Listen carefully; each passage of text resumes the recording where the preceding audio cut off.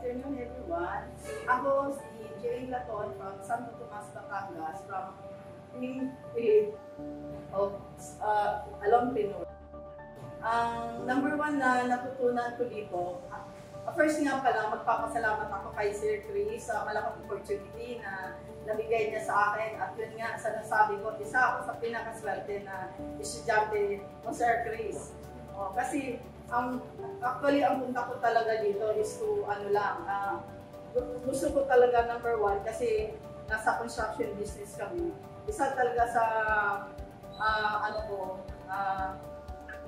talaga na purpose na pumunta ako dito to join is to, makita ko paano tawag nito, mag-fabricate ng mga dito, yung sa aluminum, sa mga bintana, sa mga doors, mga ganyan. Kasi yan ang isa sa mga namin, bakit kami mag-hire pa sa ibang contractor para sa mga projects namin. So, why not start our own business? So, yun, ang gusto ko dito lang, natuto lang ako, paano ko i-check lahat ng bawat gagawin ng aming mga tao, lalo na dito sa bagong namin business na ito tayo sa publication. So, sinama ko dito yung isa namin, actually dalawa yun sila, pareho sila winter. Tapos yun, sinama ko sila dito, pero sa akin na ako yung gagawa.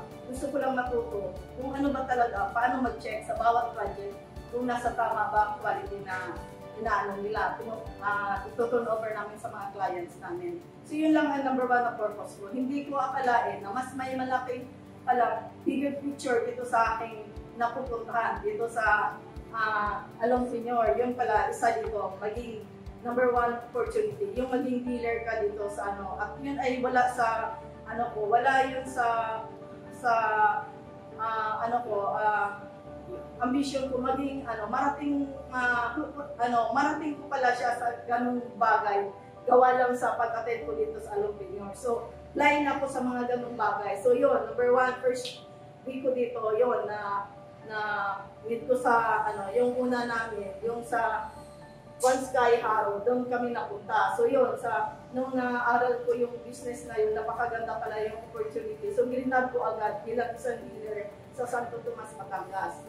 Yan ang number one ko na So ngayon naman, nililigawan ko pa yung paano ako maging ma-qualify for another business sa dealer naman sa Santo Tomas, Batangas. So yun ang number one na ko ang pinag-prepare ko hanggang ngayon. Wala pa naman exactly na may sagot sa akin. Pero alam ko, papunta talaga ako doon. Yun, gano'n. Sa tulong din number one kay Sir Chris na kung hindi man ako makapasok dito, marami pang chance ako na matutuloy ko yung aking ambition na to put up another as dealer of aluminum. Yun lang ang pinaka ko na sobrang papasalamat ko dito sa opportunity na hindi ko akalain na yun pala, yung pinasok ko dito, mas may malaki pa palang opportunity na ang aking papasukin yung number one yun. So, number one ako thankful talaga sa One Sky Harrow, One Sky, at saka number one sa Alumnipreneur with sa tulong ni Sir Chris. Thank you, sir. At sa mga classmates ko naman, sobrang thank you. Hi, good afternoon. Ako si Wilson Cabilino. Unang-una nagpapasalamat ako sa Force of Panginoon sa opportunity na binigay sa akin na makapag-training dito sa Alumnipreneur at nagpapasalamat din ako kay Sir Chris sa pagkakataon na of course maging bahagi ng Alumnipreneur. Salamat din kay One Sky Harrow sa ibinigay niyang oportunidad sa maliliit na negosyanteng katulad. Sumunod, of course, nagpapasalamat ako sa mga classmates ko. Sa mga araw na of course hindi tayo nag-bowling, nagkakaroon ng interaction at saka mga ideas. In fact, hindi lang business ang natutunan ko dito, naging makisama sa ibang tao. Marami din ako natutunan of course sa negosyo. Napakadami, hindi ko na mabilang. I would say, very beneficial to. Ako ata ang naka-jackpot sa namin dito sa group namin. But when it comes to aluminum, napakadami ko rin natutunan sa profiles, sa cutting, sa identifying glass, sa proper hunting tools, tamang pag-identify ng thickness and everything. In fact, napakahirap ibigay lahat na natutunan namin dito.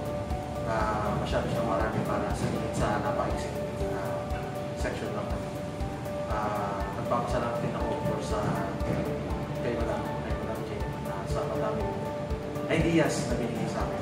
At sana sa mga susunod na magiging parte na ng alumpreneur, matuto rin kayo kagaya ng tulad namin. Salamat.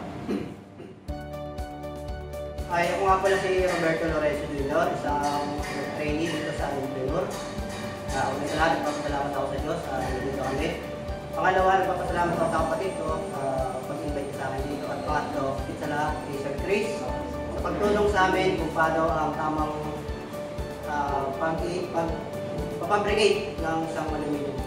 Nagpapasalamat kami sa mga natutunan niya na binahagi nila sa amin. Papasalamat din po ako sa lahat ng naging kasama ko rito dahil kaswerte kami at naturuan kami ng maayos. Yun lang po at maraming salamat. Yang ako puso yung lahat at puso yung ibigay. Una po lang papasalamat po sa Chris dahil ay marami po sa Sky Hub po para pakita po ang windows at doors. Sa mga kupay po, marami po nalalaman din. At yun po, kayo. Pala si Jason Legaspi. Nauna sa lahat, masalamat po sa kung may kapal. Pangalawa kay Ate Jane na nagbigay ng opportunity na makapag-seminar sa ganito. Aluminum. Pangatlo kay Sir Chris sa buong staff sa Once Kayano. Tututunan ko naman yung safety, paano proper using of tools. Then marami ako natutunan sa pagsuka, maayos. Yan lang po. Una po sa lahat, gusto kong magpasalamat sa ating Panginoong Diyos dahil nilid niya ako dito sa One Sky Haro Institute para makasama dito sa alumpreneur na training ng 2 weeks. Kung hindi niyo po natatanong, one time, pagkagaling ko sa trabaho, kasi galing ko na every year yung may bagong skill akong ma-acquire. So, tumingin ako sa sa social media, sa YouTube. Then nakita ko si One Sky Haro, yung FB din nila. Tapos yung mga YouTube channel nila ng mga videos sa pinanood ko. Tapos nakita ko rin yung contact number doon kung paano ako mag-inquire. Thankfully, nag-text ako, papasalamat ako kay Miss Dayan kasi nga, nireplyan niya yung mga queries ko tungkol sa schedule, tapos kung ano yung mga details ng mga training ng alumpreneur. Tapos, salamat na ako ng pangatlo.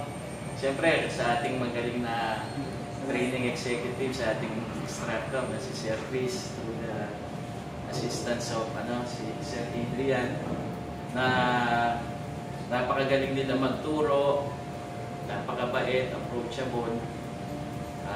Tapos nakikita ko na may mga gandang vision sila para sa mga future na mga entrepreneur na magbe-venture sa aluminum. Ang natutunan ko dito,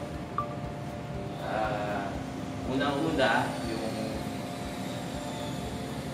preparation sa paggawa ng isang project sa aluminum. From cutting, selection of materials, pati yung pag-assemble na drilling, riveting, and then pati yung last din, yung pag-cut. At siya nga pala, nagpapasalamat din pala kay Sir Leonard ng Translucent dahil maganda welcome niya sa amin dito sa plant sa Translucent. Marami rin kaming natutunan yung science, kung paano i-process yung mga gas.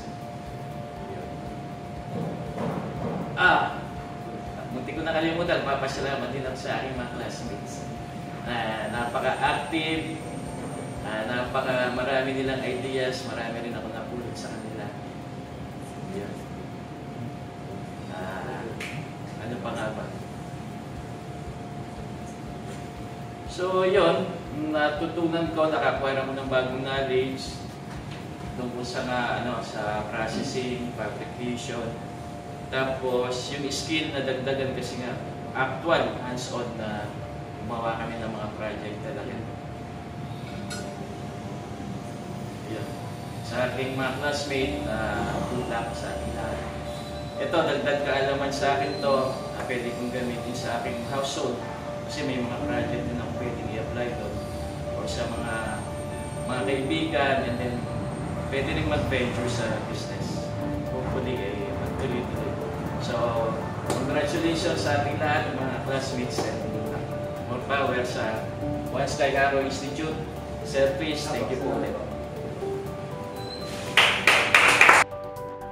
Una po sa lahat, nagpapasalamat po ako sa ating Panginoon Diyos at sa ating Panginoon Diyos Kristo. At sa panahon po ng pagsasanay natin dito, kasama yung Sky Elite, ay wala isa man po sa amin ang napahamak na disgrasya. Kaya may tuturing ko yung pagsasanay natin at business seminar natin ay tagumpay. Kaya congrats po doon sa Sky Elite, kila Ma'am Jane, kila Sir Fidel, kila Sir Wilson, kila Sir Bison, kila Sir Robert, si Sir Dewitt. Ayan. Kaya kung baga sa huwag kayong matakot. Nandito kami, i-guide namin kayo. Lahat ng pwede namin itulong sa inyo, makakaasa po kayo sa amin. I-guide po namin kayo kung sakali man talagang hindi namin ipinapangako na magiging maalwan o magiging easy yung pagpasok nyo dito sa negosyo. Ang advantage nyo, merong magme-mentor sa inyo, merong mag-guide sa inyo, merong kayong mapagsusumbungan kung ano yung mga bumabang problema. Tulong-tulong naman tayo, di ba?